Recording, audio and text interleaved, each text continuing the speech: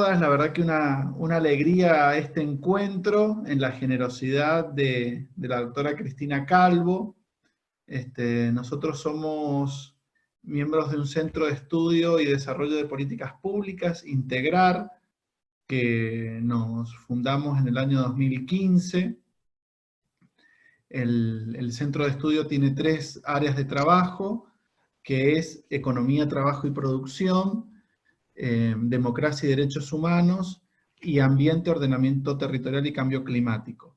Son las 3 áreas de trabajo del centro de estudios. Estamos compuestos por jóvenes profesionales del área metropolitana de Mendoza, con la idea, con la motivación de construir y aportar en políticas públicas integrales para la provincia y para la nación. En esto, bueno, diferentes caminos de la vida y en caminos plurales de encuentro, y en este contexto de pandemia, junto con miembros del centro de estudios, Gonzalo Navarro, Leandro Ortega, Gastón Valdivia, Juliana Guzzo, Emanuel Poretti, Vicente Abate, bueno, una serie de miembros que están aquí también participando. Nos propusimos aprovechar la cuarentena en 2 dimensiones. La acción concreta, en lo que podamos aportar sobre todo a los más vulnerables, y bueno, ya hay una campaña que encabeza Gonzalo, a partir de una institucionalidad, y también desde Integrar más propiamente, poder propiciar una instancia de pensamiento y de reflexión de manera más global. La semana pasada teníamos un encuentro, si querés comentarlo, Gonzalo, una charlita así de formación. Gonzalo, no te escuchamos. Me agarraste desprevenido. Bueno, vuelvo a saludar. ¿Cómo están? Que habíamos saludado al inicio y después se fueron sumando algunas otras personas. No, muy cortito.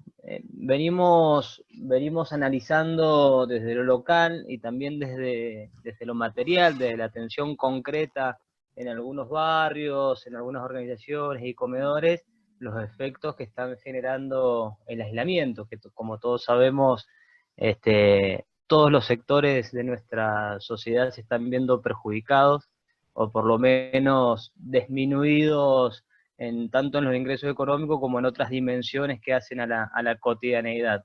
Y concretamente en los sectores más pobres, sobre todo aquellos que trabajan de manera informal, o como le llamamos aquí, desde las changas, bueno, se han visto reducidos y perjudicados sus ingresos familiares fuertemente. Entonces, eso nos ha llevado como una demanda concreta y importante, y analizábamos con el equipo poder corrernos un poco de lo local y poder dimensionar el impacto global de la pandemia, siendo que bueno, tiene un nivel de mundialización que hace que no podemos nada más atenderlos de lo local, o poder significar lo local también desde los procesos más globales. Entonces, en función de eso, empezamos la semana pasada con una instancia de formación para nuestros equipos, pero con la posibilidad de abrirlos a algunos amigos y amigas, colegas cercanos que puedan verse interesados con esta dinámica. Entonces, la semana pasada estuvimos trabajando con un asesor de la Unión Europea, un poco contándonos cómo el rescate de los estados en relación a esta nueva crisis internacional,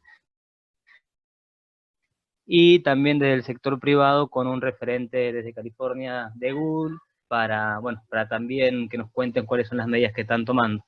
Y bueno, y así, ahora a través de Alberto, nos parecía importante poder invitar a Cristina, que en algunos otros momentos hemos compartido alguna instancia, la hemos escuchado, y bueno, y en eso Alberto propuso a Cristina para que nos acompañe hoy. Así que muchas gracias a todos por acompañarnos.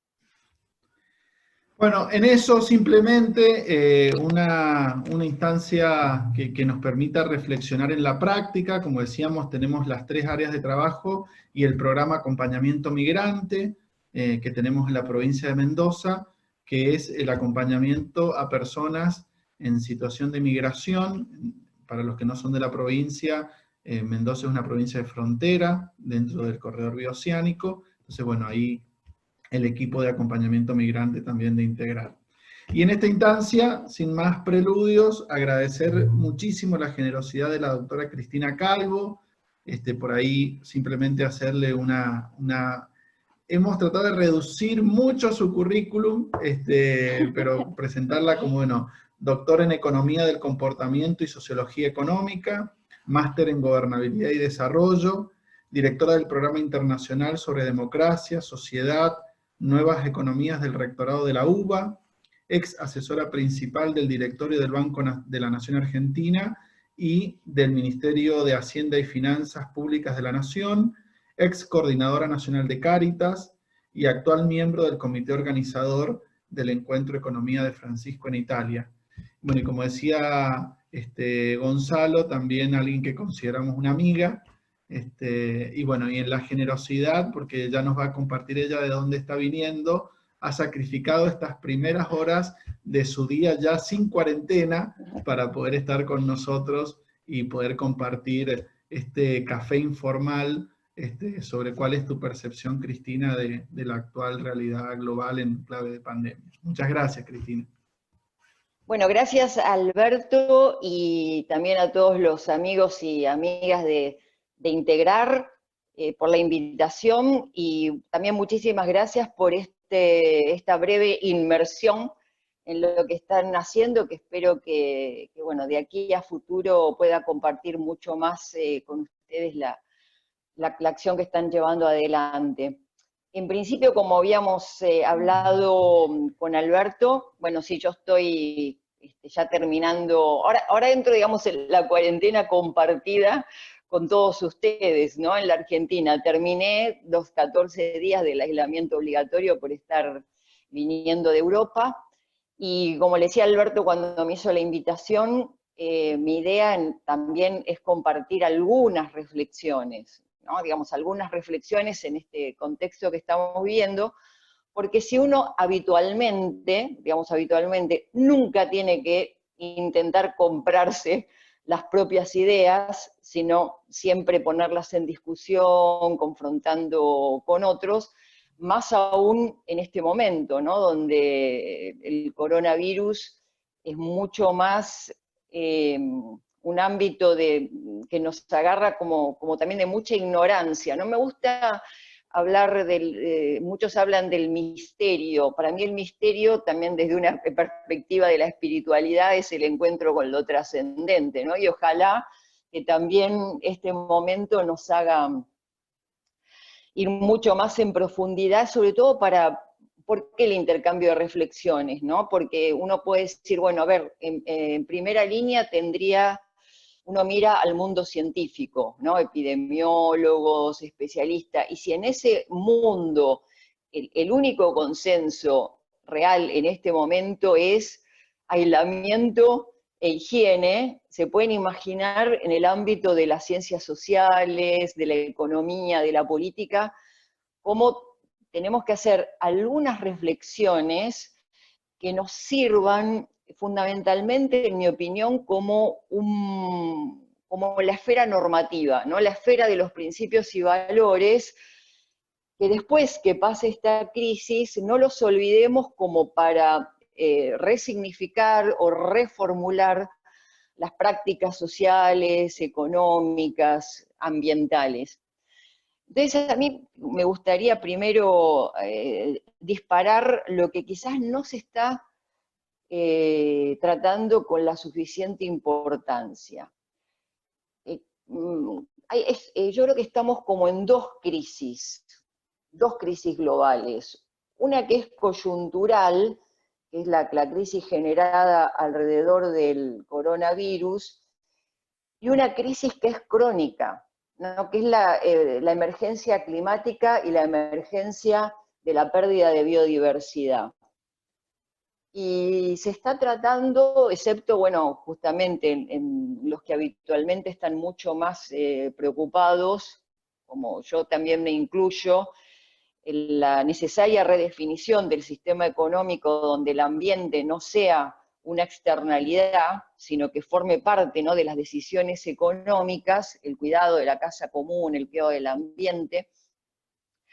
Esto, al contrario, se ha de algún modo silenciado, y sí, se ha puesto, por supuesto, la prioridad de la salud, la prioridad de qué modo tratar de lo más posible aislarnos.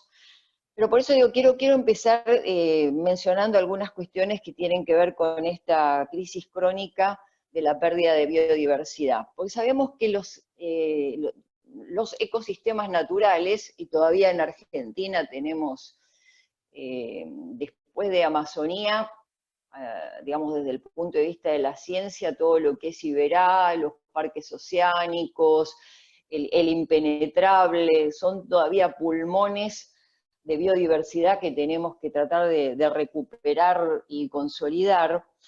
Sabemos que los ecosistemas prestan servicios ambientales, ¿no? Digamos, los más difundidos, los más conocidos son, bueno, la mitigación del cambio climático, el secuestro de carbono causado por el efecto invernadero, la provisión de agua, de aire de calidad, la participación en los ciclos de los nutrientes, pero hay uno que ha quedado ahí un poco en las sombras o en las zonas grises, que es la reducción en la transmisión de enfermedades.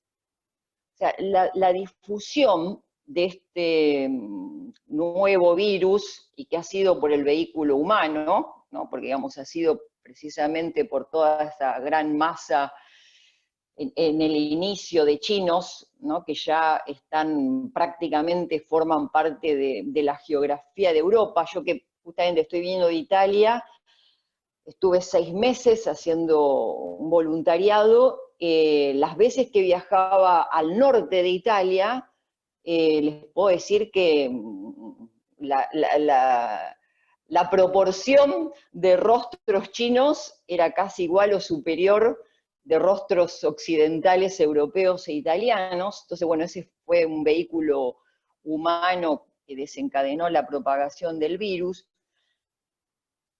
Pero volviendo al tema ambiental, el haber subestimado la necesidad del cuidado de los ecosistemas, también para la reducción de la transmisión de enfermedades, tiene un rol muy importante que, como les decía, en el esquema de reflexiones en torno a un aspecto de principios y valores, no está suficientemente sostenido. Les pongo algunos ejemplos, empezando uno por nuestro país, ¿no? El hantavirus. El hantavirus en Patagonia, transmitido por los roedores. El hantavirus que tiene otro nombre en Estados Unidos, Lyme, que provoca también muchísimas muertes por la propagación de los roedores, es porque se ha dado la destrucción de los depredadores. En el caso nuestro, también de la Patagonia, como de Estados Unidos, los depredadores felinos, el zorro rojo, el puma, bueno, ni que hablar del yaguareté, que ahora se está reintroduciendo en muchos. La proliferación de roedores ha aumentado, se calcula hasta 7 veces, el hecho de que estos virus que transportan los roedores entran muy rápidamente en contacto con el ser humano, con la persona. Otro dato también muy cercano es la Amazonía. La deforestación de la Amazonía ha aumentado en 7 veces la proliferación del mosquito que transmite la malaria. Entonces yo creo que nuestro esfuerzo tiene que ser en que cuando pase esta coyuntura del coronavirus, no van a desaparecer los virus, ni no van a desaparecer tampoco los sistemas de protección, de proliferación de bacterias, que es por la destrucción de los ecosistemas. Entonces me parece, justamente en un ámbito como de los que puedo conocer de ustedes, Alberto, con Integrar y con todos los que también vemos un momento providencial para dejar algunas cuestiones estructurales cuando pase esta pandemia, es ponerle mucha fuerza a la integración del ambiente, del cuidado del ambiente, como parte de las decisiones fundamentales de todo el sistema económico y financiero. Eso me interesaba comenzar. Después podemos pasar, ustedes si quieren, digamos, esto no es, por eso le digo, es una serie de reflexiones, si vos Alberto me decís si ya quieren intervenir o cómo se hace, yo puedo seguir avanzando, pero basta que vos me digas cuando ya se quiere abrir algún tipo de diálogo o de Bueno, participación. aprovechando este corte de primer bloque que haces, Cristi, si queremos algún aporte, alguna ida y vuelta, con alguno de ustedes, por favor, habilitada la palabra. Está por ahí también en línea, bueno, Sebastián Laza, economista también de la provincia de Mendoza. Gracias, Sebastián, por acompañarnos. Está, me dice Gonzalo, Desiree D'Amico, la secretaria de posgrado de la Universidad Católica de Córdoba.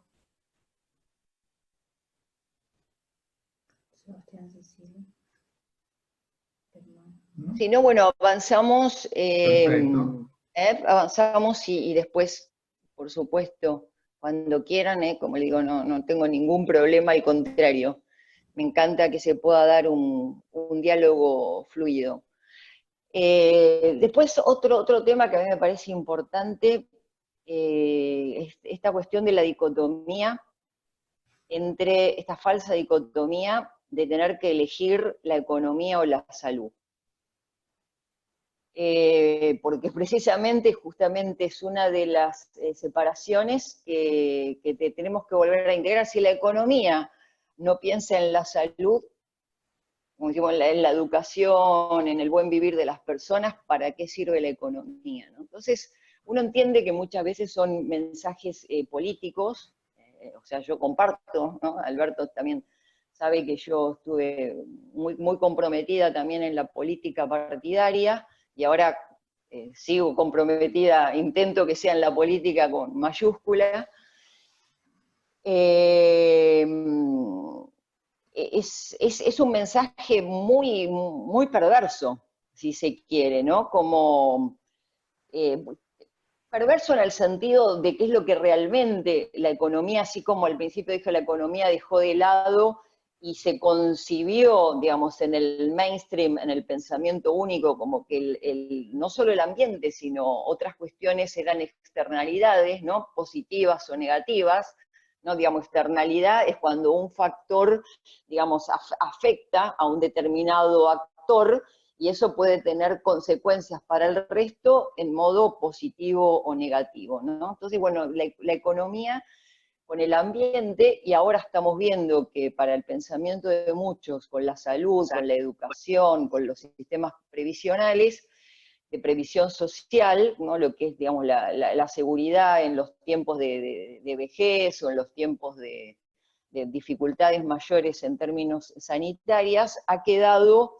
prácticamente con una mirada compensatoria. Entonces, bueno, lo que también nosotros, pasando este momento, tenemos que volver a integrar es que si la economía no se ocupa de la buena vida, de la vida digna de las personas, no sirve para nada, ¿no? O sea, hay cuestiones que forman parte de falsas dicotomías, pero que, bueno, que han sido implementadas muy fuertemente de modo de modificar conductas y sistemas de pensamiento por el pensamiento único, utilitarista, tecnocrático. Dentro de esto, sabemos que la integración pasa también en este momento por el nuevo rol o la redefinición de la macroeconomía.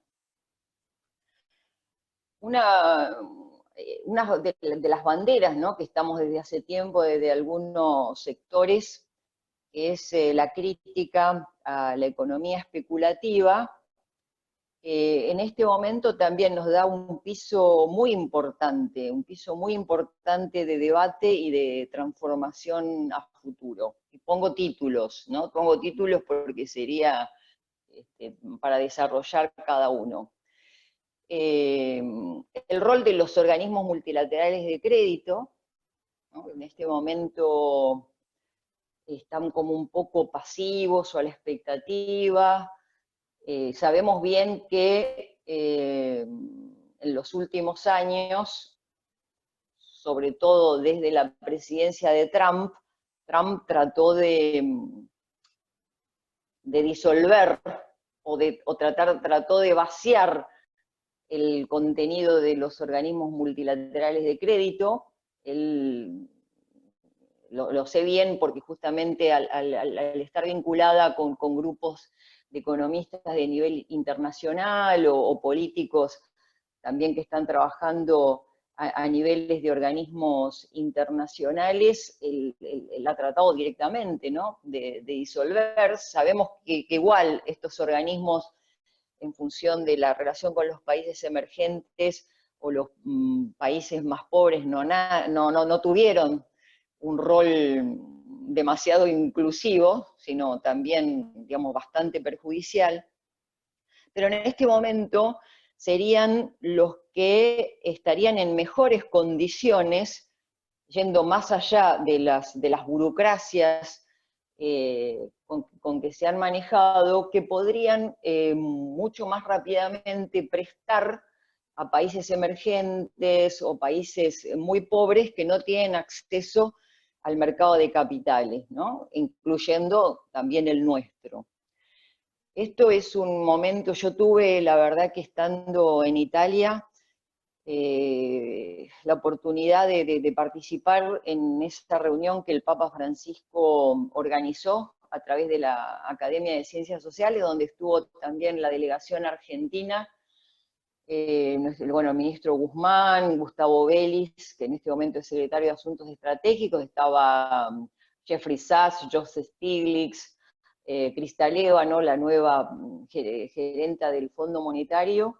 Tuvimos todo un día trabajando, y también ahí hay como un momento propicio, donde estos organismos, bueno, había representantes del Banco Mundial, ministros de Economía de las principales naciones europeas, y yo soy, bueno, la verdad que una persona de mucho optimismo por naturaleza y con mucha esperanza, más que optimismo, y se veía, ¿no?, en muchas personas que estaban en estos puestos de rol, que lo tomaban también como un desafío ético profundo. O sea, no se los veía como lo clásico, bueno, el Papa es un líder mundial, nos invitó para esto, quedemos bien en participar, porque, digamos, tuvimos todo un día, ninguno se movió de la silla, y sabemos muchas veces cómo hacen estas personas, que van, se sacan la foto, ¿no?, y después se retiran todo el tiempo, con una crítica también muy fuerte, muy importante, y digamos, la necesidad de empezar a hacer una discusión ética de los modos y procedimientos del comportamiento internacional en el sistema financiero. Entonces, bueno, a nivel macro, creo que también es una oportunidad única para redefinir el rol de los organismos multilaterales de crédito, fundamentalmente en relación a los países más pobres o las economías emergentes como la nuestra. Otro es el rol de los bancos centrales. También sabemos que cuando hablamos de bancos centrales no estamos hablando de lo mismo en todo el mundo. Uno es el Banco Central Europeo, otra es Estados Unidos, que no tiene Banco Central, tiene Reserva Federal. Otro es nuestro Banco Central como política monetaria, pero diferenciado de la banca pública. En Italia es lo mismo el Banco de Italia que el Banco Central italiano. Por eso, digamos, también cuando hablamos de estas cosas tenemos que ser muy cuidadosos de saber que no estamos hablando de cuestiones homogéneas. Bueno, pero el rol de los bancos centrales, y en este momento estamos viendo también como en nuestro país, un poco a los tropezones, pero se está yendo como más allá de los límites o de los mandatos, como para favorecer una inclusión financiera genuina, ¿no? Que no es bancarización de los más pobres, sino al contrario, en términos de derechos, de derecho al ahorro, digamos, de derecho al uso del crédito. Se están revisando prácticas.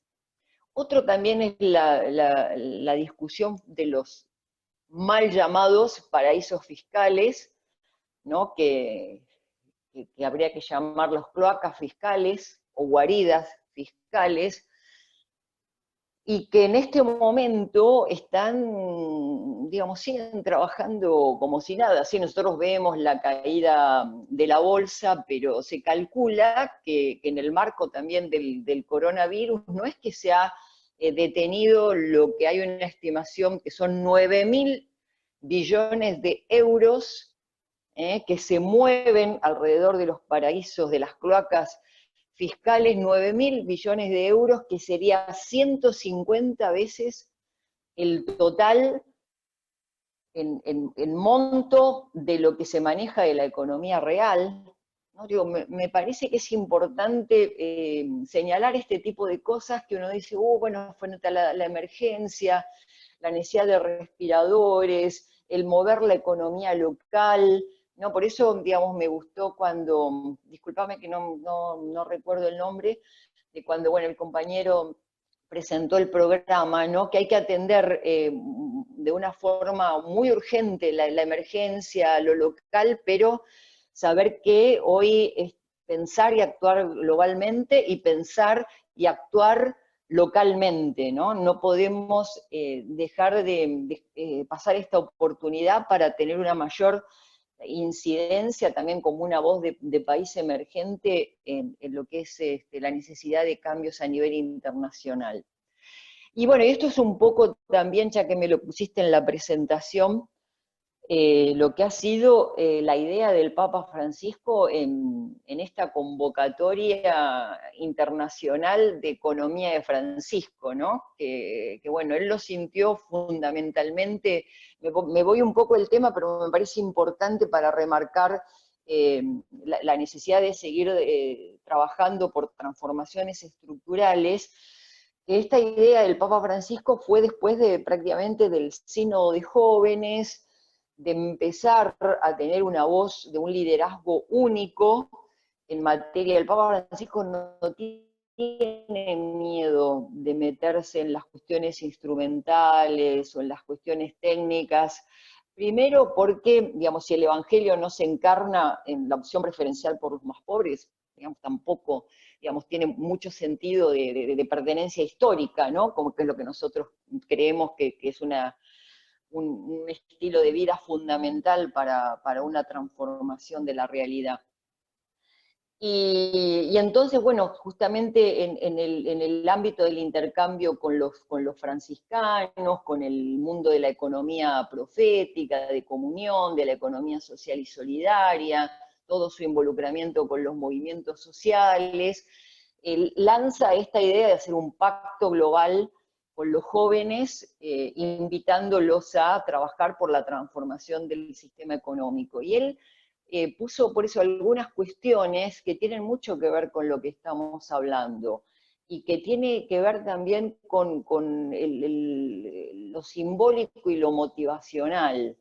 El hecho de elegir a Asís, ¿no? El hecho de elegir a Asís, el hecho de elegir a dos profetas, ¿no? Como fue San Francisco de Asís en su momento como profeta del medioevo, y el Papa Francisco hoy como profeta en el siglo XXI, de marcar un norte normativo, de principio de valores que lleven a transformar. Sabemos que el sistema económico no se va a transformar en un encuentro con el Papa Francisco, ni en este año, sino como un pacto donde fundamentalmente el mundo joven, que es el más sensible, ¿no? Digamos, los jóvenes pueden caer en el consumismo digamos, más drástico, pero también son los que más han crecido en esta mirada, digamos, del ambiente, del cuidado de la casa común, digamos, de la necesidad de integrar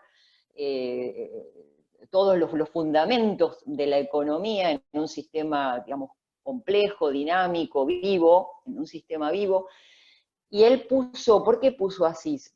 Por la figura de Francisco que revolucionó la economía del medioevo, pero también porque fue una espiritualidad que se encarnó en herramientas muy concretas de la economía, ¿no? Los Monti di Pietà, que fueron todos los precursores del microcrédito, y que Francisco, como buen comerciante, digamos, que era vinculado al mercantilismo, se dio cuenta de la necesidad que había de ahorro, de acceso al crédito, y que en ese momento los únicos que podían acceder eran los señores feudales, porque el resto era servidumbre o esclavitud, y la servidumbre que podía manejar algún mecanismo de intercambio caía directamente en la usura. O sea, digamos, porque fue un santo que a la vez fue muy pragmático en el buen sentido. Después, como comerciante, también él, todo lo que era dentro de su voto de pobreza, poder, digamos, acercar lo que era más digno para la vida cotidiana, ¿no? Y bueno, Clara de Asís, que yo la verdad que muy feliz cuando los jóvenes vinculados a economía de Francisco, tanto de Brasil como Argentina, le empezaron a colocar junto a economía de Francisco, economía de Santa Clara de Asís, porque realmente fue de ambos la transformación de la economía del medioevo, porque Santa Clara era una joven burguesa, ¿no? Y formada como las jóvenes burguesas de la época, en la costura, en el bordado, y ella para, digamos, llamar a la providencia dentro del voto de pobreza, hacía unas túnicas hermosas, ¿no? Que también, digamos, se vendían y con eso tenían recursos para los más pobres. O sea, son santos que realmente vivieron la espiritualidad más alta, pero profundamente encarnada. Entonces no es accidental ese llamado. Incluso más, nosotros cuando con el comité empezamos a poner las líneas de base, tratamos de rescatar estos valores de la economía de Francisco y, bueno, y de Clara de Asís, y también enseguida nos asociamos con el Instituto Seráfico, ¿no? El Instituto Seráfico, no sé si saben que es un instituto como acá podría ser, digamos, lo que es más conocido, la obra de Don Orione, del Cotolengo, que trabaja con los que tienen, digamos, la discapacidad neurológica extrema, desde chicos con respirador hasta chicos con problemas neurológicos más leves, pero que también tenían que ser parte integrante de este repensar la economía, porque justamente el sistema actual es excluyente. Digamos, los que tienen una discapacidad o los que están en la extrema pobreza no están adentro del sistema. Y este Instituto Seráfico, ustedes ojalá alguna vez lo puedan conocer, ha puesto, digamos, lo mejor, reciben una providencia impresionante, y tratan del único talento que, por ejemplo, puede llegar a tener un chico o un joven, la única capacidad motriz que pueden, la desarrollan al máximo, A mí me tocó ver un chico que está totalmente inmovilizado, digamos, con respirador, y que la única posibilidad motriz que tiene es mover 2 dedos de la mano derecha. ¿Qué tenían que ver? A los capacitadores, hacen muchas cerámicas, el tiempo, los meses que trabajaron con ese chico para que él con esos 2 dedos pudiera derramar un poco de color que le faltaba para terminar una vasija. Bueno, ese es el cambio paradigmático que nos tiene que llevar más allá de sortear la coyuntura, de atender la emergencia, de preocuparnos por los más débiles, que esa preocupación, que esa opción preferencial por los más vulnerables, por los más pobres, quede. nosotros pusimos también el elemento simbólico muy fuerte. Ustedes saben que los burgueses del medioevo, ya cuando en el San Francisco fue de fines del 1180, ¿no? Más cercano al inicio del 1200, a los fines del 1200, los burgueses de la época le encargaron a Giotto, ¿no? A Giotto que hiciera todos los frescos en la Basílica Mayor de San Francisco con la vida de San Francisco. Pero hicieron desaparecer el beso, o sea, Giotto lo había hecho, pero no pusieron el beso al leproso.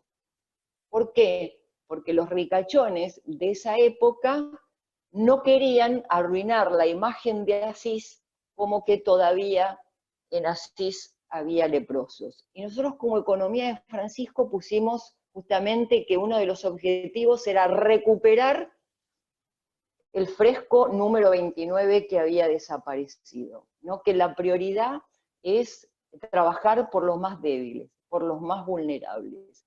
Entonces, todas estas cosas que yo estoy diciendo, que pueden parecer fuera del tema que nos convoca, me parece que son esenciales, porque tiene que ver con la redefinición de lo que les decía desde el punto de vista macro.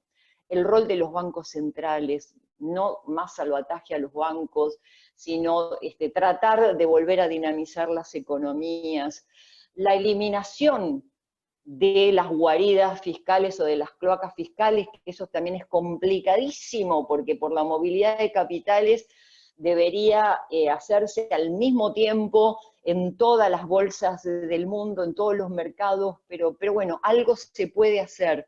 El rol de los organismos multilaterales de crédito no es que tienen que desaparecer, tienen que tener la capacidad de usar esa masa de dinero que muchos están manejando. Estados Unidos tiene tasa cero, Europa tiene tasas negativas. Nosotros para eso parece increíble cuando estamos teniendo una inflación permanente en los últimos 40 años.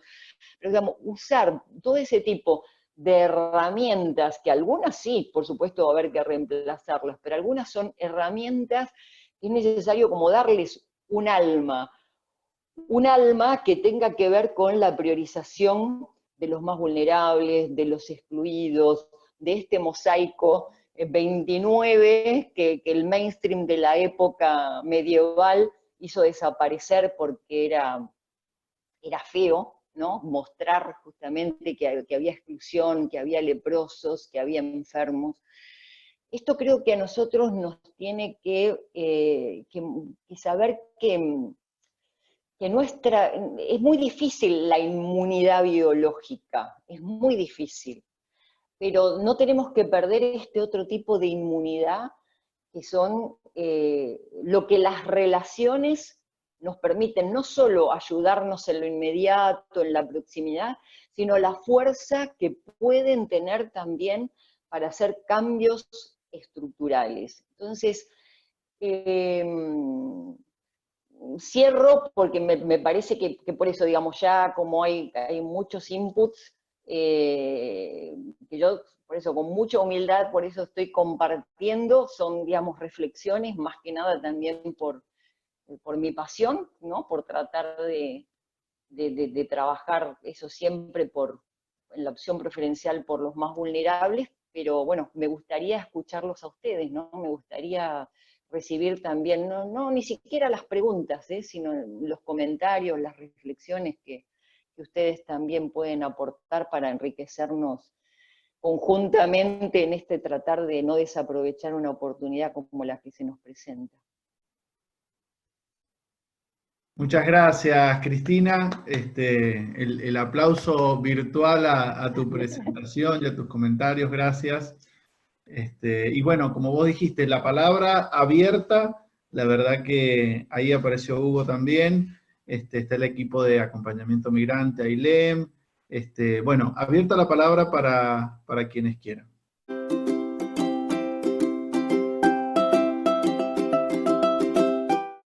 Si se puede. Sí, excelente. Bueno. Y presentémonos brevemente para que Cristina nos conozca y todos nos podamos conocer. Bueno, primero que nada, un gusto, Cristina, muchas gracias por el tiempo, un placer escucharte, la verdad que me parece súper interesante. Yo soy Gonzalo Yáñez, soy emprendedor, parte de una empresa pequeña que trabaja en el tema de tecnología y servicios profesionales. Hoy día, bueno, como todos, con una situación de teletrabajo con todo el equipo y, y previendo, bueno, lo que se viene a futuro, que si bien nuestro trabajo diario no se ve afectado, pues tenemos toda, digamos, toda la producción trabajando desde casa, sí a nuestros clientes prevemos que les va a pegar muy fuerte y bueno, muy preocupados con la situación tanto de la empresa como la situación general que nos preocupa a todos. Hago simplemente un paréntesis de un comentario que mencionabas recién con la gente que tiene discapacidad motriz, que me pareció muy interesante. Una de la empresa tecnológica que tenemos, estamos intentando incorporar gente con discapacidad motriz, en particular diseñadores, que es a lo que nos dedicamos nosotros, que puedan estar desde su casa aportando valor para clientes en el mundo. Nosotros desarrollamos servicios de profesionales de diseño y bueno, cuando mencionaste ese ejemplo me pareció muy cercano a lo que nosotros estamos buscando generar, que bueno, hoy en día en la práctica lo que estamos intentando es sobrevivir a esta crisis y después en la medida de lo posible ir incorporando a esta gente para poder darle más trabajo, digamos. Simplemente un comentario y me gustaría así hacerte una pregunta en relación a lo que mencionabas que se ha escuchado mucho y que es la gran pregunta que se escucha en general o la gran disyuntiva que tienen todos los gobiernos a nivel global de economía o salud. ¿Sí? Es como son las dos grandes verticales. ¿Qué hacemos? ¿Priorizamos la economía o priorizamos la salud? Como emprendedor me da mucho interés, mucha curiosidad ir viendo las iniciativas que van surgiendo y la velocidad a la que van surgiendo para resolver problemáticas reales y concretas. Y lo que he visto en general hasta ahora son sobre todo iniciativas que buscan resolver, digamos, la vertical inicial que tiene que ver con encontrar una cura a la pandemia, ¿sí? Una vacuna o reactivos o lo que sea que en general está relacionado a la salud, que se habla de que se va a demorar 18 meses, un poco menos o un poco más en función del tema logístico después, etcétera. Sin embargo, la gran pregunta o la otra gran parte tiene que ver, de la problemática tiene que ver con la economía. Y la pregunta que te quería consultar es, ¿has visto desde tu lugar, que estás mucho más metida que yo en la problemática, en el día a día, iniciativas concretas para empezar, que busquen resolver la problemática desde el punto de vista económico, integrando a gente que ya se sepa, que están quedando fuera del sistema o que se va a ver muy perjudicada o que estén en situación de riesgo no por la edad, sino por el tipo de trabajo que hacen? Por ejemplo, un verdulero que tiene una verdulería en un barrio y tiene que atender todos los días a 100 familias, 50 o más, y no cuenta con herramientas ni con la educación necesaria para asegurar su protección, la de sus clientes y la de sus familiares, digamos, directos, lo cual puede implicar un riesgo para esa persona y al mismo tiempo un riesgo de expansión en países como los nuestros, en donde hay mucha aglomeración de personas y donde hay, bueno, dadas las noticias que vimos ayer, creo que quedó a las claras de que no hay tanta conciencia social como, como se creía o como se esperaba, lo cual es lógico porque no todo el mundo lo entiende de la misma manera. Entonces, para cerrar la pregunta y que se entienda bien, si has visto algún tipo de iniciativa en ese sentido o qué opinión te merece de cuándo se van a empezar a ver este tipo de medidas si es que no las has visto. No sé si soy claro Bueno, con la la verdad pregunta. que, Gonzalo, pusiste, la verdad que completísimo la pregunta porque abarca muchas cosas, muchas cosas. Mira, a medida que le iba formulando, me iba anotando. Perdón, y dejé afuera otra Sí. parte muy importante, que no quise incorporarla, que era todo el tema del mercado financiero, pero lo dejamos para otro momento, pues no quiero acaparar tampoco la pregunta o hacerla demasiado larga. Pero bueno, perdón. No, mira, creo que bueno, pero lo podemos ir integrando. el mundo no estaba preparado. O sea, digo, el mundo no estaba preparado, y por eso decía al principio, si lo mínimo que esperábamos, tratándose de un virus, que después fue epidemia, que ahora es pandemia, esperábamos recibir el mayor consenso desde el mundo de la salud, el único consenso es aislamiento e higiene. El resto todo está haciendo ensayo y error, ¿viste? Test rápidos, test progresivos. Mascarilla sí, mascarilla no. O sea, todo el resto es ensayo. Si usamos los retrovirales, ¿no? Porque hay que bajar la inflamación, o si empezamos a inyectar anticuerpos sacados a los que ya se recuperan. Bueno, todo, ¿te imaginas si en el mundo sanitario es así? En el mundo económico, ¿no? Que digamos, está basado en una despersonalización brutal, no como el caso tuyo de todos los empresarios sociales, por eso digo, de toda la gente de buena voluntad que se maneja dentro del sistema económico, pero que el sistema no lo ayuda a tener escala. Pusiste por eso preguntas que todavía están dando respuestas espasmódicas, ¿no? Nosotros, digamos, como Argentina, muchas cosas realmente las estamos haciendo a tiempo, no a destiempo como hizo Italia y España, pero estamos viendo también que estamos haciendo en muchas cosas ensayo y error, y en el caso de Argentina, el ensayo y error, como lo vimos ayer también con esta cuestión de la apertura de los bancos, está pegando en un país con 40% de pobreza. O sea, estamos empezando a ver el dato de que el 40% de pobreza no es un número, ¿no? O sea, tiene efectos desde el punto de vista de la inclusión financiera, en el buen sentido, en el punto de vista del acceso a los alimentos, desde el punto de vista de la seguridad y sanidad pública.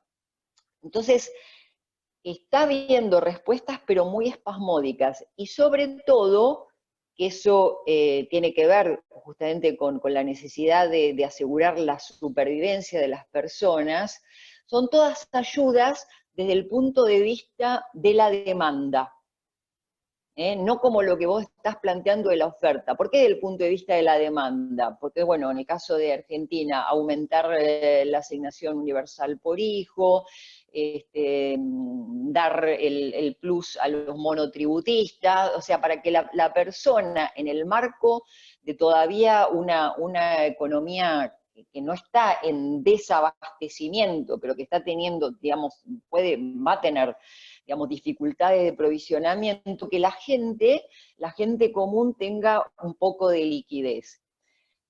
Esto es lo que también se empezó en el resto del mundo, ¿no? Tratar de aumentar la disponibilidad de dinero. A nosotros nos agarró que, a diferencia a lo mejor de otros países, habían ido mucho más adelante, y acá por eso es importante, también abro un paréntesis, dejar de lado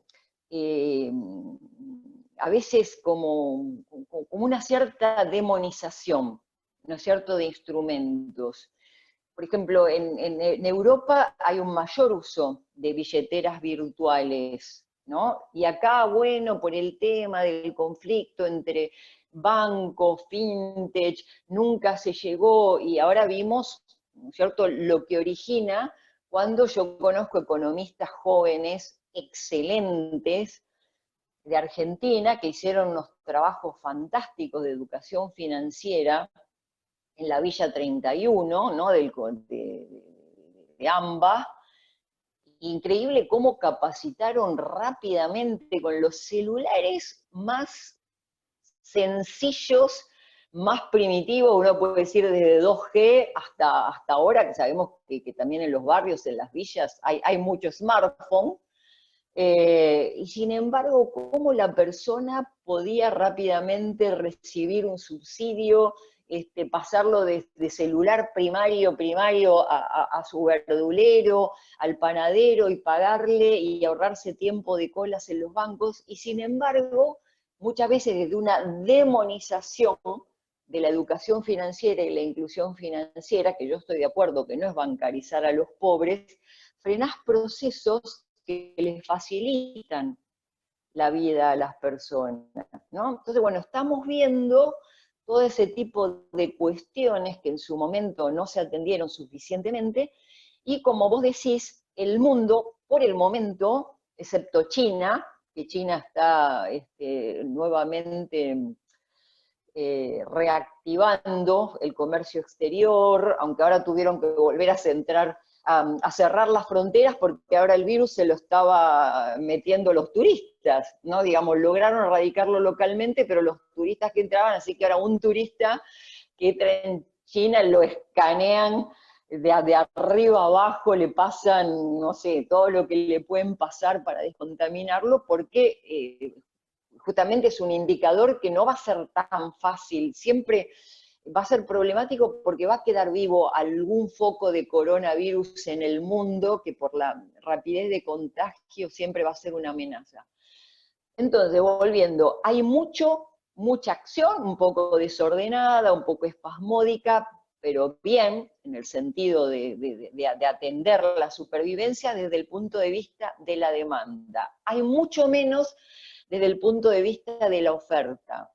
O sea, nuestro país está habilitando al Banco Nación para que dé créditos blandos, pero el temor de la gente, sí, por más blando que sea, por más baja tasa de interés, si yo no veo en la perspectiva inmediata la reactivación de mi sector de mercado, ¿cómo voy a hacer? Entonces, bueno, se suspenden por 60 días los despidos, pero hay gente que desde el mes de diciembre está liquidando, ¿no es cierto?, el stock de reserva para hacer frente a las emergencias, porque en Argentina, digamos, excepto las grandes empresas y eso, stock de emergencia a la pyme, con la recesión que venimos teniendo en los últimos años, no creo que haya mucho.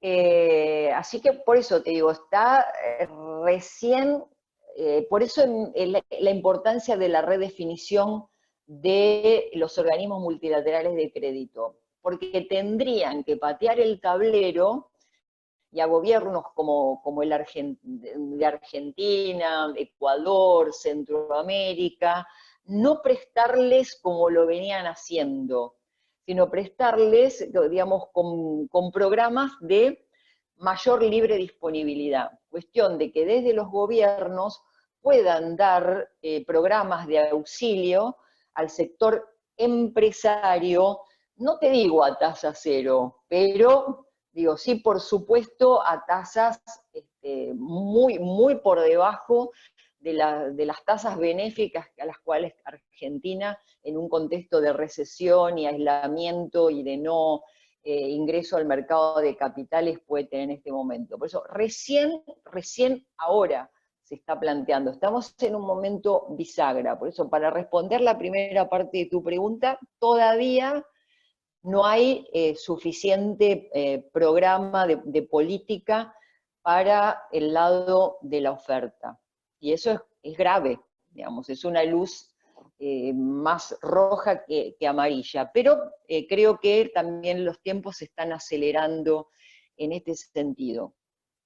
Con respecto, esto tiene que ver también con lo que vos decías del mercado financiero. Hay que empezar a patear el tablero de lo que usualmente serían las reglas de juego del mercado financiero. El otro tema que tiene que ver con la salud es la salud pública. Lo que ha pasado en Italia y en España no es que bueno, pasó porque son países envejecidos.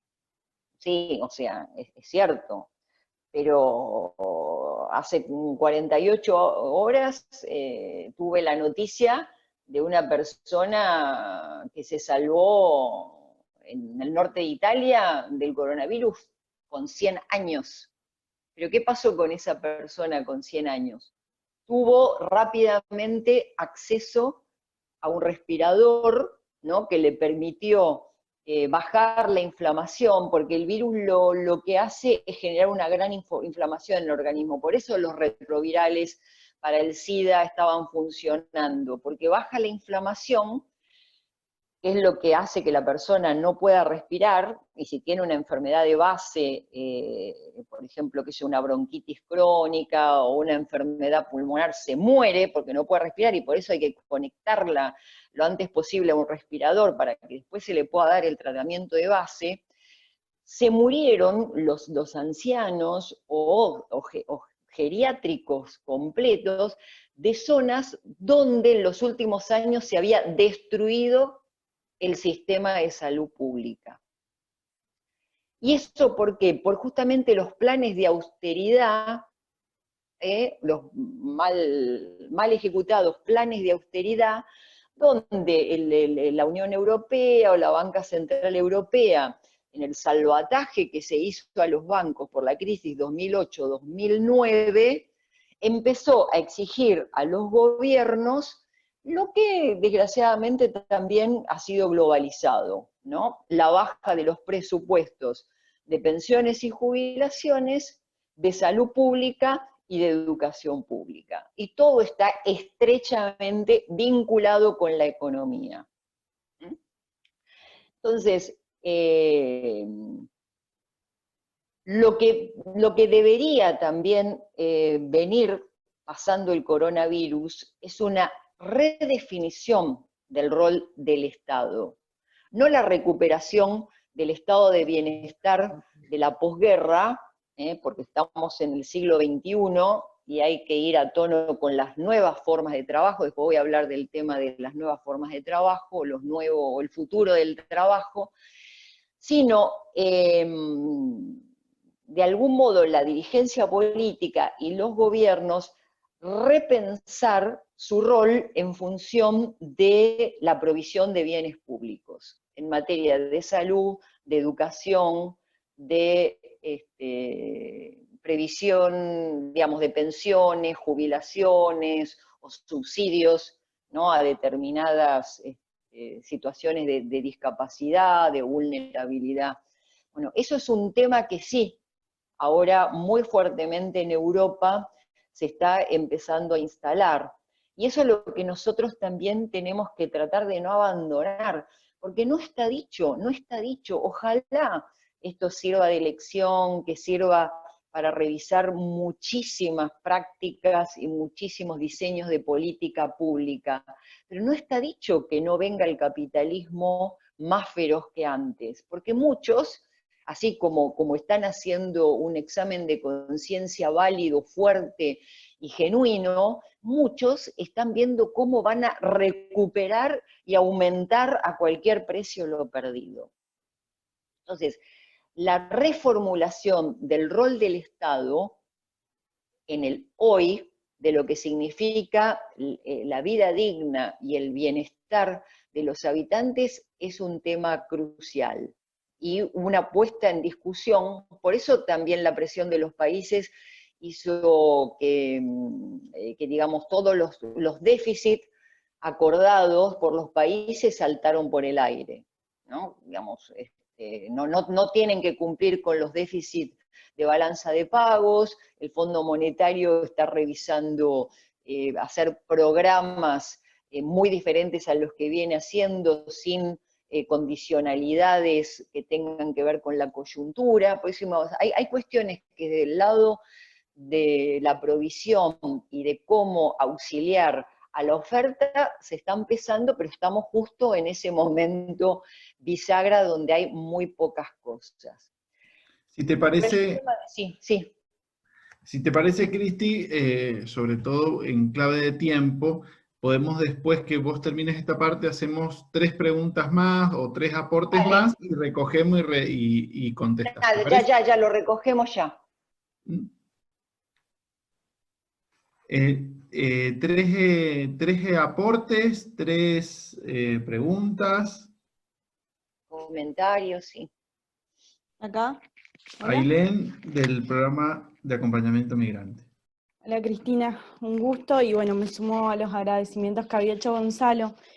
Yo lo que he estado pensando mucho en estos días y también con esto que estamos hablando, este único consenso en aislamiento e higiene, pensaba, digo, este consenso en perspectiva migratoria, digo, creo que también se da por todos los lazos que tiene Argentina con Italia y España y una cuestión de sentirse identificados con estas cuestiones, ¿no? En cuanto a los países. Y me pregunto hasta cuándo va a durar este consenso de aislamiento e higiene, ¿no? Teniendo en cuenta de que, bueno, sí, 15 días, ya llega un punto en que la economía de Argentina no es equivalente ni a la de Italia ni a la de España, y la gente tiene que comer.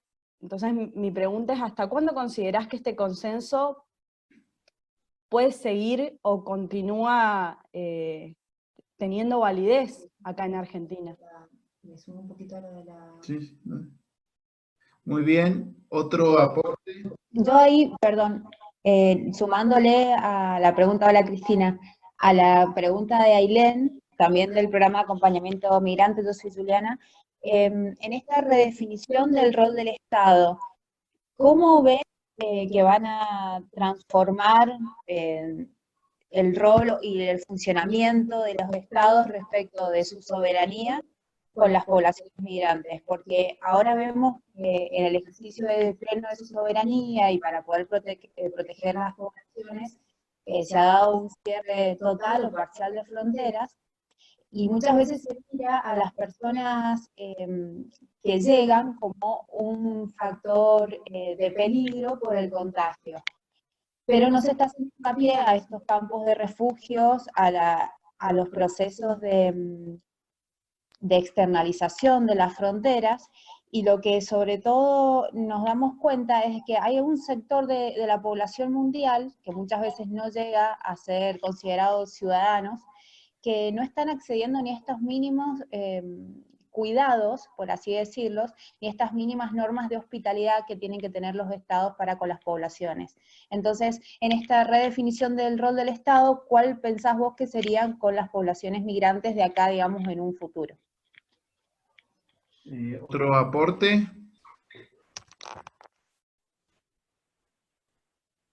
Como para completar la tercera pregunta, si no hay otra y va en la línea por ahí de lo de Juliana y Ailén, y bueno, y también puede ser una pregunta para ella. Hay el israelita que está muy en agenda, Harari, que escribió Sapiens, él plantea que podemos ir en un escenario de post-coronavirus a como un cuadrante con cuatro ejes, o un aislamiento nacionalista, o una solidaridad global, con un empoderamiento ciudadano, o una vigilancia totalitaria. La verdad que lo que muestra China en su resolución, y parte del mundo asiático, es un disciplinamiento a través de una videovigilancia muy fuerte. Y a pesar, como vos decís, Cristina, de que hay ciertos consensos en algunas cuestiones vinculadas a la salud, también vemos, bueno, como decía Juliana, que la reacción de algunos países, y en Argentina también de algunas provincias, noticias de ayer en relación a la circulación de algunos que estaban en situación de cuarentena, ha sido también el aislamiento o la protección más de los Estados-nación de manera aislada, y entonces veo como por ahí esa contradicción de que pueden haber algún consenso en algunas cosas, pero que la reacción de los Estados-nación puede también ser de un aislamiento, de cierre de fronteras, que en algunos países ya venía sucediendo, y esta puede ser también una buena excusa, o no, o puede ser que sea una gran posibilidad, una solidaridad global, y en todo optimismo, la verdad que eso también, desde nuestros criterios de esperanza, también nos dan, pero sin duda que lo que ha puesto en agenda ha sido un nuevo rol, la necesidad de un nuevo rol de los estados. Y hay una pregunta concreta: ¿cómo has visto vos que la Unión Europea como bloque ha estado resolviendo esto, o si ha sido a través más de acciones más concretas por país, o ha habido una experiencia de Unión Europea como propuesta concreta para la resolución de de la pandemia en términos de bloque, y en ese sentido, ¿qué ves en Latinoamérica como posibilidad o no de que se pueda pensar también alguna estrategia regional que pareciera que si no la es, de manera regional estamos en graves problemas, más sobre todo por algunas medidas que ha tomado Chile y Brasil en relación a las declaraciones que han tenido? Bueno, por ahí un poco la pregunta. Cristina, si te Bueno, parece, recogemos y después pasamos a otra ronda y ya la ronda final, tal vez, por el tiempo. sí, sí, no, la verdad que muchísimas gracias porque la verdad que te vienen ganas de hacer una sesión diaria porque ustedes están poniendo cuestiones que realmente son para reflexionar, porque aparte no hay respuestas. O sea, yo cuando elige el único consenso es porque para el resto todavía no saben nada. Por eso digo, están probando vacunas, están probando inoculación de anticuerpos, entonces, bueno, a ver, lo único que sabemos que de algún modo frena es esto, pero no porque, o sea, es porque tenemos el costo de una grandísima ignorancia alrededor de esto. Lo que ustedes plantearon con la cuestión de migrantes y refugiados. Fíjense que, por ejemplo, Italia, fundamentalmente con las políticas de este personaje Salvini, ¿no?, de la ultraderecha, de prácticamente propiciar que se murieran todos los barcos en el Mediterráneo, ha generado también una política en algunos sectores muy xenófoba. Entonces, la instalación del miedo, ¿no es cierto? Cuando se instala el miedo de quien tiene un discurso también bastante machista, ¿no? Machista, no sé si lo han seguido este personaje Salvini, de que él salva a Italia, que él salva a los italianos, que él ha generado también todo un efecto xenófobo, compartido no por pocos italianos, ¿no? Ustedes saben que el miedo es una herramienta de dominación impresionante, y lo uno con esto que hablaba de un posible escenario de una vigilancia totalitaria, ¿no?, que no está descartado. Yo creo que nosotros, en ese sentido, como América Latina, que así como somos muy inquietos, como muy molestos en muchas cosas, podemos, como digamos, mantener mucho digamos, justamente la resiliencia y el enfoque de derechos humanos que a lo mejor otros países están perdiendo, no porque nosotros lo hayamos conquistado, ¿no? Tenemos desigualdades espantosas, pero digamos, al menos en nuestro interior burbujeante, mantener la discusión de estas cuestiones que ustedes, la verdad que muy bien acaban de plantear. Italia, justamente, que tuvo una política muy, muy mala, incluso el Papa en eso está muy solo.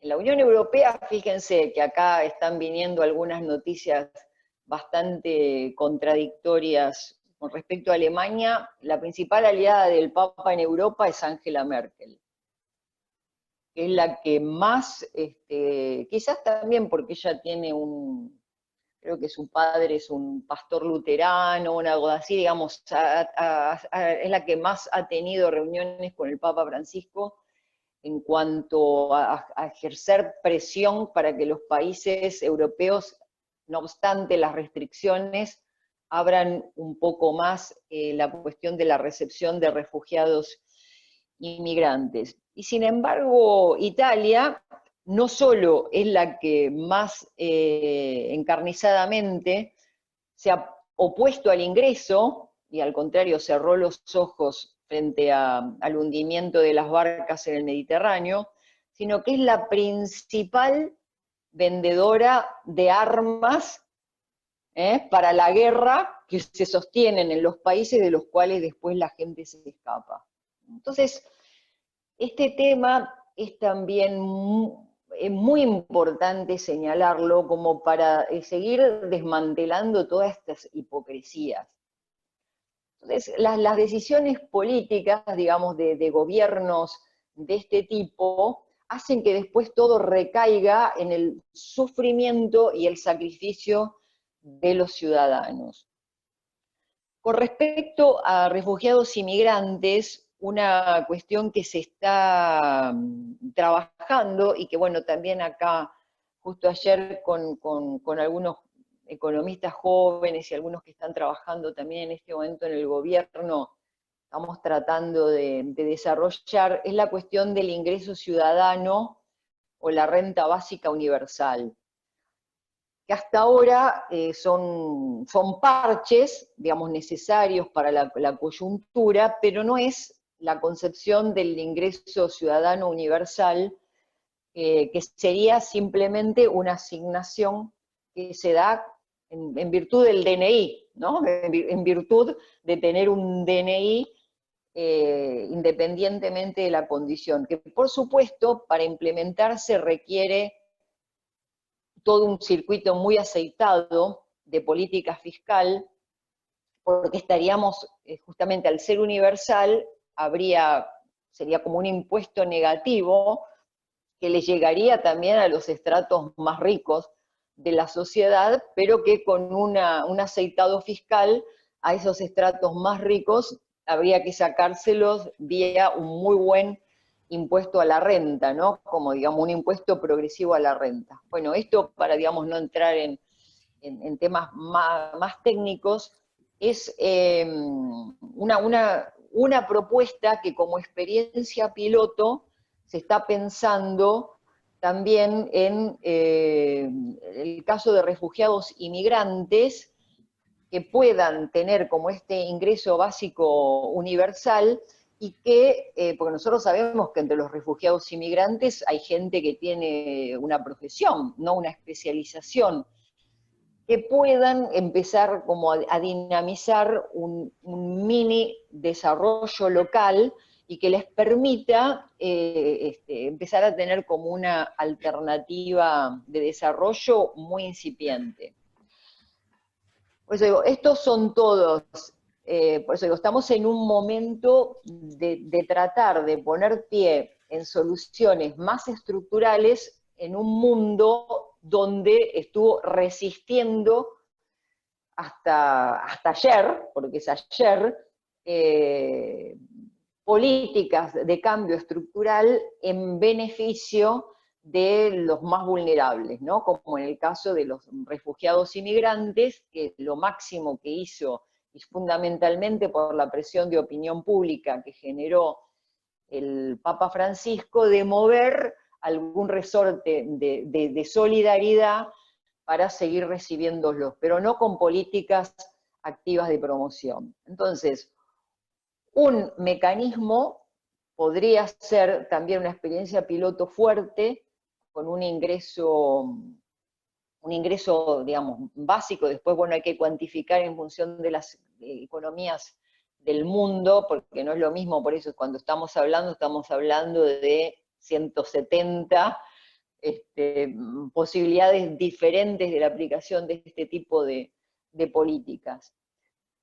En cuanto a la Unión Europea, la verdad que también ha sido más que nada cambios por la presión del terror, no del amor ni de la solidaridad. Si ustedes siguen distintos discursos de los representantes del Consejo de Europa o de la Banca Central Europea, van a ver la diferencia de visiones, ¿no? Desde Lagarde, ¿no? Que la ex del Fondo Monetario, que menos mal que cambió, diciendo, bueno, pero a ver, lo que está pasando en la economía de estos países es un problema de spread, ¿no? Como ejemplo de riesgo país que nosotros no tenemos que intervenir. O sea, desde esos comentarios perversos hasta después por la presión de Alemania, de Angela Merkel, de no exigir por este año y por el que viene el cumplimiento de los déficits fiscales, ¿no?, que tiene, digamos, cada país de tener que ir ajustando sus déficits fiscales, precisamente porque ahora lo que se necesita es una inyección de liquidez en el bolsillo de las personas, ¿no es cierto?, en los balances y en los stocks de capital de los empresarios, fundamentalmente de las MIPYMES. Entonces, son todavía acciones espasmódicas, muy dispersas, y que en mucho es, sinceramente, es la voz del Papa Francisco, que no tiene miedo de hablar de las cuestiones técnicas, por más que está muy solo dentro del Vaticano, con muchos pseudoasesores, ¿no?, de otros sectores del Vaticano que le dicen la Iglesia no se puede meter en la discusión técnica. Entonces, bueno, está apelando, no solo por la presión de la ciudadanía en sí de estos países, sino también apelando a todos esos chispazos de bien común y de personas de buena voluntad que se están dando cuenta que hay que ir más allá de lo usualmente y técnicamente correcto como se venían manejando hasta ahora. Entonces, bueno, las medidas a nivel de Unión Europea son muy espasmódicas, pero estamos teniendo, como digamos, una mayor visibilización de que los centros de poder económico, los centros que dictan las reglas del funcionamiento financiero mundial, tienen que empezar a dictar resoluciones o a tener una mayor, digamos, apertura y flexibilidad de lo que se venía haciendo hasta ahora. Y es posible porque digo, nosotros estamos muy permeados por los procesos inflacionarios, pero Europa está manejando tasas negativas. Estados Unidos tiene tasas cero. La Reserva Federal de Estados Unidos tiene 6 billones de dólares que puede poner a disponibilidad a tasa cero. Entonces, bueno, todo esto va a ser, lo vamos a ver en los próximos meses, cuánto esto requiere en la toma de decisiones una primacía de la ética pública, una primacía de la ética del bien común por sobre una serie de medidas técnicamente que se venían dando a nivel del funcionamiento de un Excel, para decir un procesador de lo más simple que hay, pero que en este momento no está acorde con la realidad de lo que está viviendo cada uno de los países. Y la cuestión de migrantes y refugiados, digo que realmente en Europa es una cuestión que está en primera línea, pero que en este momento está también bastante invisibilizada, ¿no? Si uno pone los noticieros europeos, el único tema es coronavirus, el único tema, pero todo este trasfondo de la hipocresía de la guerra, de la venta de armas, del cierre de frontera de países donde justamente son los países europeos, ¿no?, donde están propiciando el sostenimiento de guerras económicas y después no reciben a los que se escapan. Se está visibilizando la hipocresía de muchas cosas, pero se aspira, ¿no es cierto?, se aspira a que en el mediano plazo haya un cambio de paradigma, un cambio de política. Con respecto a lo que planteabas de los escenarios, ¿no?, que pueden ser mayor solidaridad, vigilancia totalitaria, y bueno, pueden darse cualquiera de los escenarios. Por eso cuando yo hablaba de la recuperación o la redefinición, mejor dicho, redefinición del rol del Estado en el siglo XXI, ni siquiera tiene que ser de un estado de bienestar con condiciones macroeconómicas y geopolíticas diferentes. Hoy, por ejemplo, la Laudato Si y no solo la Laudato Si, sino también todo un universo muy importante de la economía, está hablando de la economía de los bienes comunes, ¿no? Nosotros tenemos los bienes públicos, los bienes privados y los bienes comunes. Bueno, bien público y privado es mucho más fácil, digamos, la diferenciación y, digamos, hay una historia de gestión equivocada, con un estado mínimo o con un estado elefantiásico, digamos, ha habido también experiencias, pero hay mucho menos alrededor de los bienes comunes. Y digamos, ¿qué es lo que caracteriza el bien común? El hecho, por ejemplo, el agua, o sea, de que nadie puede ser excluido, pero el consumo que se hace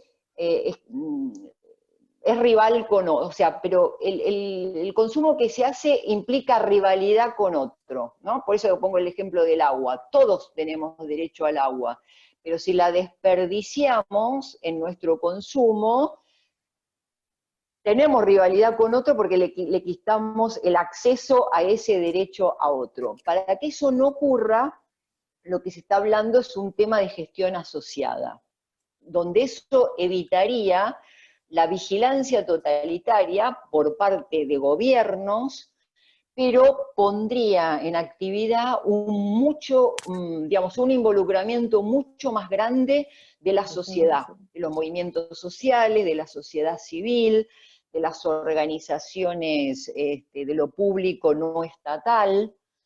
Y eso es lo que se está propiciando también como una reformulación de la economía. La Laudato Si habla del bien común, ¿no es cierto?, me parece que es del clima o de la atmósfera global, o sea, ya lo pone también como un nuevo modo de redefinición de la economía, y eso está tomando una fuerza impresionante, o sea, de cómo reformular el rol también de los gobiernos y el rol del Estado para no caer ni en la ausencia total, ni en la vigilancia totalitaria, un nuevo rol también de la sociedad, ¿no? Como economía del bien común, como economía, no sé, hay múltiples formas también de economía alternativa, y como formas que sobre todo en este momento se están dando a nivel local de una mayor participación en la toma de decisiones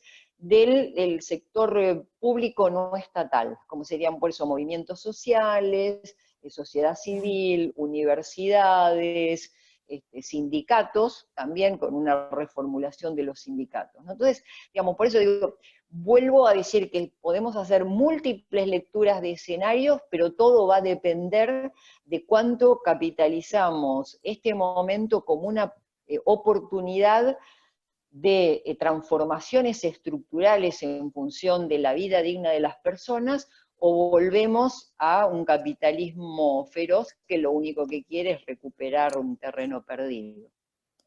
Bueno, Cristi, hacemos la última ronda, ¿les parece? Quien quiera aportar, comentar, directamente active su micrófono.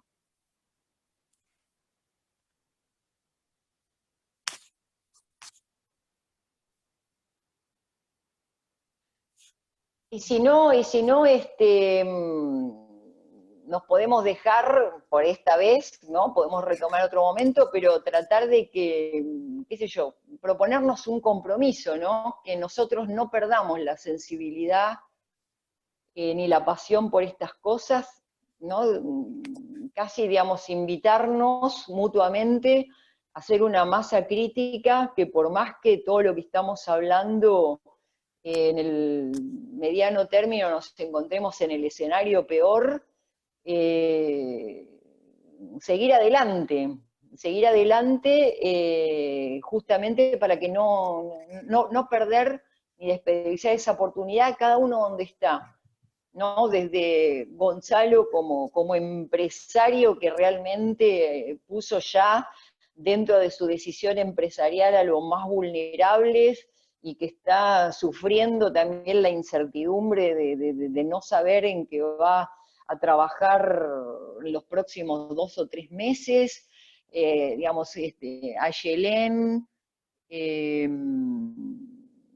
no me acuerdo, bueno, el nombre de los otros chicos, que no abandonen, ¿no es cierto?, este desafío de priorizar migrantes y refugiados, digamos, con lo que sea, de mantenerlos visibilizados, y cada uno de los que estamos, de no aflojar, de ayudarnos, y si sabemos que alguno está como perdiendo la esperanza o el entusiasmo, ayudarnos, ¿no? Porque realmente los escenarios pueden ser múltiples, pueden ser muy buenos, y pueden ser también nefastos. Cristina, muchísimas gracias. Para los que recién se incorporaron, bueno, ahí tenemos a la profesora Patricia Gorri, docente de la Universidad Nacional de Cuyo también. Cristina hoy está terminando su cuarentena obligatoria después del aislamiento por su viaje a Europa, y ahora te sumás a la gran caravana con esto, pero la verdad que yo pongo mucho el acento en esto, porque la verdad que nos has podido dedicar los primeros días de este día, cuando querías ir a abrazar un poco al cielo, que charlábamos ayer, y dedicarnos estos minutos. Agradecerte enormemente por esta posibilidad de pensarnos. Nos vamos con muchas cosas en la cabeza, con muchas anotaciones que veo que hemos tenido todos, con muchas cosas en el corazón también, porque como verás, gran parte de los que están siendo parte de esta videoconferencia no solamente son personas que están en lo teórico y en lo especulativo, sino también como vos, con experiencia concreta, con los pies en el barro, en lo económico, en lo académico, en lo gubernamental, en lo espiritual, en lo migrante. Pero bueno, queríamos tomar esta pausa y la verdad con una gran disertación, y sobre todo con tu gran don de gente que tenés. Así que un abrazo enorme desde Mendoza y desde varias latitudes que están aquí en la videoconferencia. Gracias, Alberto, y espero entonces la invitación para los próximos, yo como participante, y ahora cuando pueda dar el abrazo al cielo, le doy el abrazo a todos ustedes, ¿no? Sientan que también en este abrazo al cielo los abrazo a todos, con mucha fuerza. Un gran abrazo, de gracias. cada uno. Chau, chau.